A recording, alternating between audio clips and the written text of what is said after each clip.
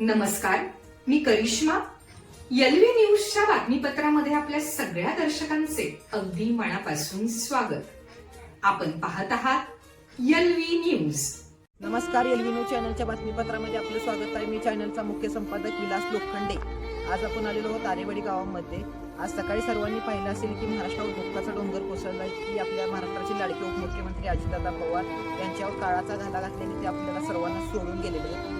तर या संदर्भात आज आपण बातचीत करण्यासाठी उच्च जिल्हा परिषद गटाचे राष्ट्रवादी काँग्रेस पार्टी अजितदादा पवार गटाचे प्रबळ दावेदार असणारे तसेच बिरोबा देवस्थान ट्रस्टचे अध्यक्ष काश्मीर कोळेकर यांचे चिरंजीव पैलवान इंद्रजित कोळेकर यांच्याशी आज आपण संवाद साधणार आहोत. तर आबासाहेब आम्हाला सांगा की अजितदादा पवार यांच्या निधनाची बातमी काय सांगा? आपल्या महाराष्ट्राचे लाडके मुख्यमंत्री अजितदादा पवार यांचे अपघातामध्ये दुःखद निधन झालेलं आहे. एक आपल्या महाराष्ट्रातून अजितदादा पवार हा ब्रँड होता, ते आपल्यातून निघून गेलेले आहेत आणि महाराष्ट्रावर दुःखाचा डोंगर कोसळलेला आहे आणि त्यांना आम्ही कुची जिल्हा परिषद गटातून भावपूर्ण श्रद्धांजली वाहतो आणि इथेच थांबतो.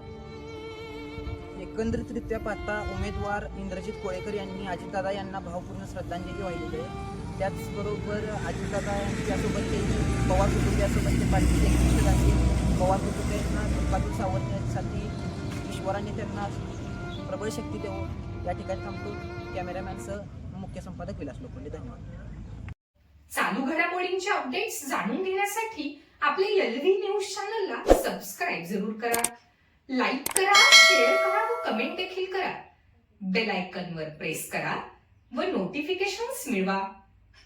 पाहत रहा फक्त एलव्ही न्यूज.